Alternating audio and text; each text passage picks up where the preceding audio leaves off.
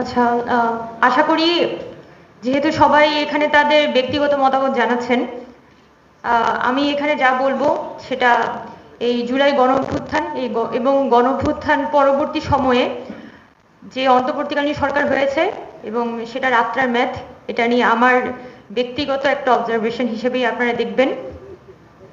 এবং যেহেতু এখন একটা ফ্রিডম অফ স্পিচ এবং সবারই মত প্রকাশের একটা পরিবেশ তৈরি হয়েছে, তো আমাদের সবারই কিন্তু একটা চিন্তা ভাবনার আদান প্রদানের মধ্যে থাকা উচিত।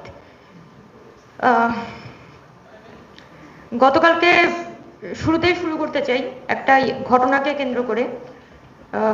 গতকালকে রাতের বেলা আমরা একটা টক শোতে গিয়েছিলাম, আমি আর জাতীয় নাগরিক কমিটির নাসির ভাই ছিল, বাকি যারা ছিলেন কিছু আইনজীবী ছিলেন আর সাংবাদিক ছিলেন এবং বিএনপির নেতৃত্বস্থানীয় কয়েকজন ছিলেন। এবং যেটা হয়, ওনারা ওনাদের যুক্তি তুলে ধরছেন, আমরা আমাদের যুক্তি তুলে ধরছি এবং ইট ওয়াজ ফাইন এনাফ। কিন্তু মাঝখানে একজন দর্শক, মানে একজন শ্রোতা, উনি কল করেন, sorry I am extremely sorry, একজন শ্রোতা উনি কল করেন এবং ওখানে তিনি তার অনুভূতিটা ব্যক্ত করেন যে, মানে তিনি বলেন যে আমি যে গণঅভ্যুত্থানটা করেছি, আপনারা তো যখন বিএনপির উনি বক্তব্য দিচ্ছেন, উনি তো আমার প্রতি কোনো সম্মানই দেখালেন না, ওই গণঅভ্যুত্থানের প্রতি আপনি কোনো সম্মানই দেখালেন না। তাহলে এবং শ্রোতা উনি বলছেন যে আমি খুবই অপমানিত বোধ করেছি, আমি খুবই ডিসহার্টেড বোধ করেছি যে আপনারা এরকম অ্যাপ্রোচে হচ্ছে দিন দিন কথা বলছেন। তো এটা তিনি তার মতামত জানিয়েছেন, এটা জানাতেই পারেন।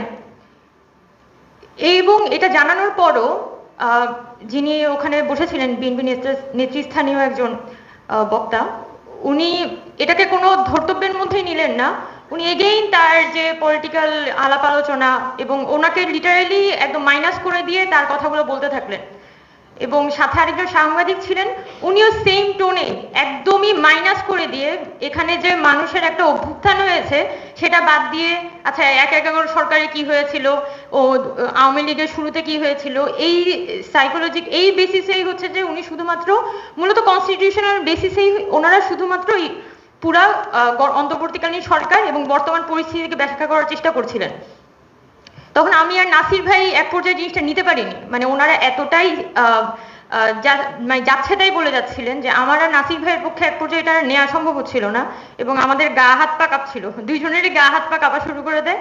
এবং শেষে আমি বলতে বাধ্য হই যে আমরা যে সময় দাঁড়িয়ে আছি এটা কোনো ১/১১ সরকার না, একটা গণঅভ্যুত্থান হয়েছে, হাজার হাজার মানুষের লাশ পড়েছে এবং লাশের উপর দাঁড়িয়ে একটা সরকার প্রতিষ্ঠা হয়েছে। এবং যারা হচ্ছে আজকে এসে সংবিধানে দোহাই দেন, যারা বলেন যে ওই ১/১১ সরকারের সময় কি হয়েছিল, ১/১১ সরকার কি লাশের উপর দাঁড়িয়ে তৈরি হয়েছিল? তো আজকে এসে আমাদের তো ১/১১ সরকারের উপর জনগণের কি হিস্সা ছিল? জনগণের তো কোনো দায় ওই সরকারকে নিতে হয় নাই।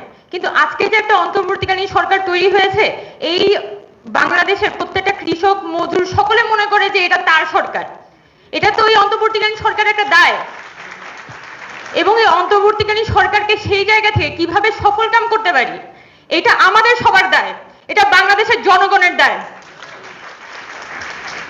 কেন এই কথাগুলো বলছি? যে আমাদের জুলাই গণঅভ্যুত্থান পরবর্তী যখন ৫ আগস্ট শেখ হাসিনা এই দেশ থেকে পালিয়ে যান এবং পালিয়ে যাওয়ার পরে আমাদের সবার স্বাভাবিকভাবে তখন এক্সপেকটেশনটা কি, একটা রাষ্ট্রের মধ্যে একটা জাতীয় ঐক্যমত তৈরি হয়েছে যে আমরা আর কোনো হানাহানি মারামারি চাই না।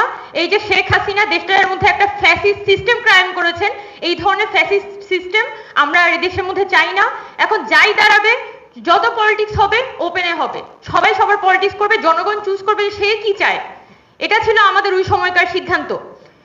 কিন্তু সেটার জন্য আমার তো দেশটাকে একটা মিনিমাম সিস্টেম ক্রিয়েট করে দিতে হবে, একটা ব্যবস্থার মধ্যে তো আমার ঢুকতে হবে এবং আমার যত ডায়ালগ সেটা হবে সেটাকে কেন্দ্র করে যে আমার সিস্টেমটা আমি কিভাবে করে রিপেয়ার করতে পারি, নতুনভাবে কিভাবে আমি একটা দেশটাকে নির্মাণ করতে পারি।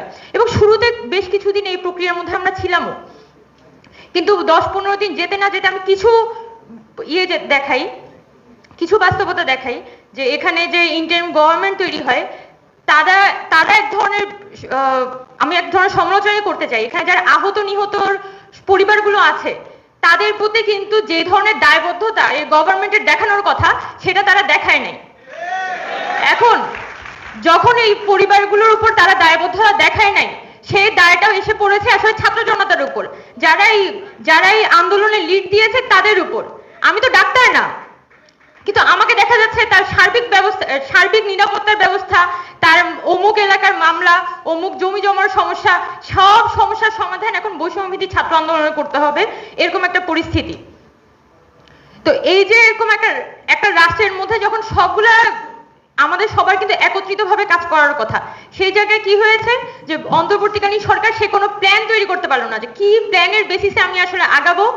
আমাদের বৈষম্যবিরোধী ছাত্র আন্দোলন, আমরা বৈষম্যবিরোধী ছাত্র আন্দোলন আমরা ডিসাইড করতে পারছি না যে আমি মামলা সামলাবো, আমি তদবির সামলাবো, নাকি আমি কি সামলাবো, আমি রাষ্ট্রের কোন রুটম্যাপ আমি দিব, এই ধরনের কোন ডিসিশন আমরা আসতে পারি নাই।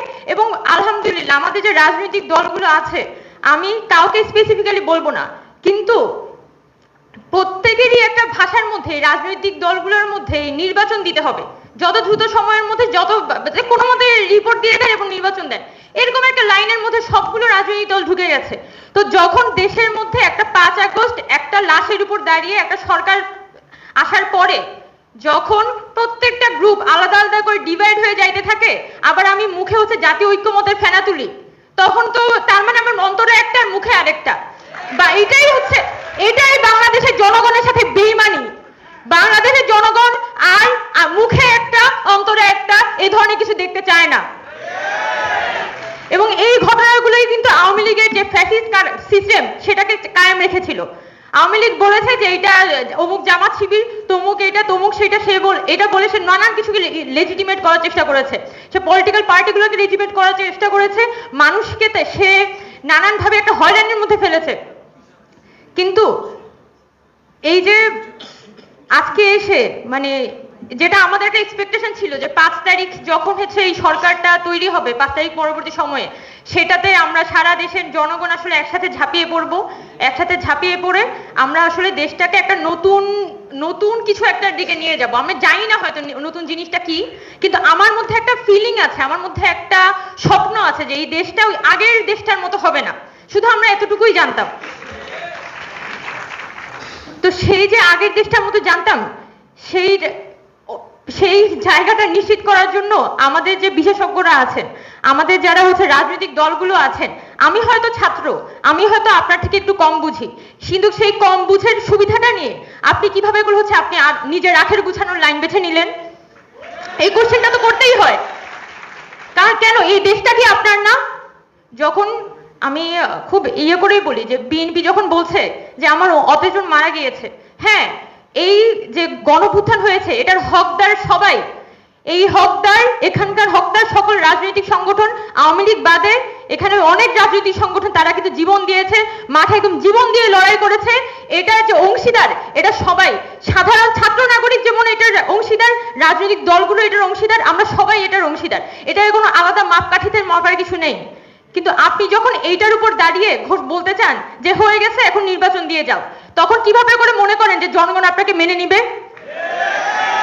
এবং এই ঘটনাটাই আসলে গতকালকে হয়েছিল, যখন আমরা আরটিভি প্রোগ্রামটাতে যাই, তখন একজন শ্রোতা উনি ফোন করে শুধু এই কথাটাই বলেছিলেন যে আমার অপমানিত ফিল হচ্ছে, এবং আমাদের যে বর্তমান রাষ্ট্র সে জনগণকে পুনরায় একটা অপমান বোধের দিকে ঠেলে দিচ্ছে, এবং এই অপমান বোধের যে খেসারত সেটা আমাদেরকে আরো গভীরভাবে দিতে হবে, আরো বাজেভাবে দিতে হবে। কারণ যারা আহত হয়েছে, যারা নিহত হয়েছে, তাদের যে পরিবার, আই টেল ইউ, কত যে মানুষ আছে তারা সিরিয়াস ট্রমার মধ্যে আছে। অনেক মানুষ আছে যারা মারা যায়নি, তার কানের পাশ দিয়ে গুলি গিয়ে পিছনে মানুষটা মারা গিয়েছিল। অনেক মানুষ আছে যারা লাশ টানাটানি করেছে। 18 জুলাই যখন 53 জন মানুষ মারা গিয়েছিল, অফিসিয়ালি 53 জন মানুষ মারা গিয়েছিল, ওই লাশগুলো টেনে নিয়ে গিয়েছিল কারা? ব্র্যাকের ভিতরে, এই যে ব্র্যাক স্টুডেন্টটা যখন মারা যায় তখন তো তার হাত পা ধরে নিয়ে যাচ্ছিল না হসপিটালের ভিতরে, ব্র্যাকের ভিতরে ইস্ট ওয়েস্ট ইউনিভার্সিটি স্টুডেন্টটাকে নিয়ে যাচ্ছিল। এই যে লাশগুলো যারা ক্যারি করেছে, ওই মানুষগুলোর যে ভিতরে একটা ট্রমা, সে এখনো পর্যন্ত চুপ আছে এই কারণে যে সে এখনো দেখছে যে দেখি দেশটার কতটুকু যায়, কি যায়, কতটুকু হয়। কিন্তু আমরা যদি এখানে সকল পুনরায় একটা জাতীয় ঐক্যমত প্রতিষ্ঠা করতে না পারি, তাইলে এই মানুষগুলোর যে যে বিবেকের হায়, যে অন্তরের হায় সবার উপরে রাখবে, আমরা মানে জাহান্নামের একদম সর্বনিম্ন স্তরে আমাদের পড়তে হবে। আমি এটাই মনে করি, আমি একদম অন্তর থেকে এটাই মনে করি যে সেই জায়গা থেকে এই যে গণভ্যুত্থান, আগে আগে আরেকজন বলেছেন যে এই যে গণভ্যুত্থান, এটা যে কি হয়েছে, এটা কোনো টেক্সট বুক এক্সাম্পল আপনি সারা পৃথিবীতে পাবেন না। গত 100 বছরের ইতিহাসে খুব কম এক্সাম্পল আছে যেখানে একটা দেশের জনগণ সে সকল রাজনৈতিক ন্যারেটিভ ঠেলে দিয়ে শুধুমাত্র নিজের পাশের মানুষটার জন্য, নিজের জীবনের জন্য, নিজের ফ্রিডম অফ স্পিচের জন্য, নিজের গণতন্ত্রের জন্য, শুধুমাত্র নিজের দেশটার জন্য সে রাস্তায় নেমে নিজের জীবনটা দিয়েছে। এটা খুব কম এক্সাম্পল আছে পৃথিবীর ইতিহাসে। এবং এই গণঅভ্যুত্থান এতটা স্বতঃস্ফূর্ত ছিল, মা তার মেয়েকে নিয়ে বের হয়েছে। আমার আব্বা হচ্ছে যে আমার আব্বা আম্মা খুবই স্ট্রিক্ট, কিন্তু আব্বা আম্মা আমাকে মানাই করতে পারছে না, সে আমার সাথে চোখে চোখ রেখে কথা বলতে পারে না। বাবা মা তার ছেলে মেয়ের চোখে চোখ রেখে কথা বলতে পারে না, তাকে বারণ করতে পারে না। এরকম একটা পরিবেশ হচ্ছে এই গণঅভ্যুত্থান তৈরি করেছিল। যে এই যে নতুন বাস্তবতার মধ্যে এসে আমরা পড়েছি, সে বাস্তবতাকে তো আমাদেরকে নতুন ভাবে অ্যাকনোলেজ করতে হবে। কিন্তু এই বাস্তবতার পরবর্তী সময়ে কি দেখা যাচ্ছে, যে আমরা নানানভাবে আসলে বিভাজিত হয়ে পড়ছি এবং বিভাজনগুলোর জন্য আমরা নানান পক্ষকে দোষ দিচ্ছি। কিন্তু যতই হোক, আমি যত পক্ষকেই দোষ দিই না কেন, দিন শেষে তো এটা বিভাজনই, দিন শেষে তো আসলে দেশ একটা খারাপ দিকেই যাচ্ছে, এটাই তো প্রতীয়মান হয়। তো এখানে সেই জায়গা থেকে আমি যেটা শুধু খুবই করে বলতে চাই যে এই দেশে এই জনপদের মানুষের যে কপাল, এটা খুবই খারাপ কপাল।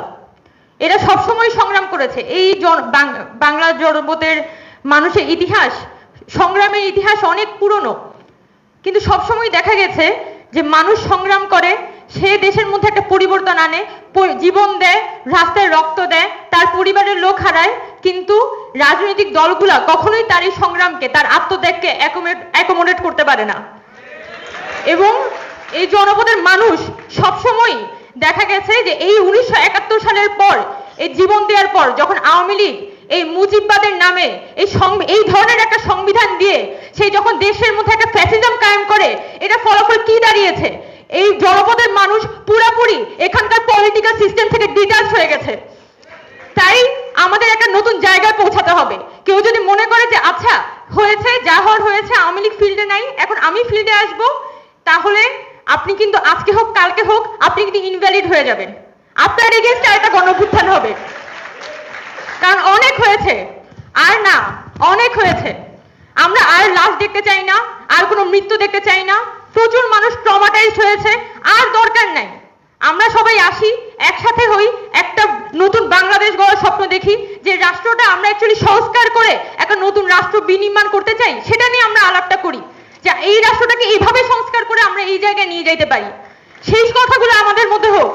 কিন্তু সব বাদ দিয়ে কবে হচ্ছে অন্তর্বর্তীকালীন সরকার যাবে, কখন হচ্ছে নির্বাচন হবে, এই আলাপের মধ্যে আমরা ঢুকে থাকলে আসলে দেশটা কিছুই হবে না। দিন শেষে আরেকটা নতুন ফ্যাসিজম এখানে কায়েম হবে।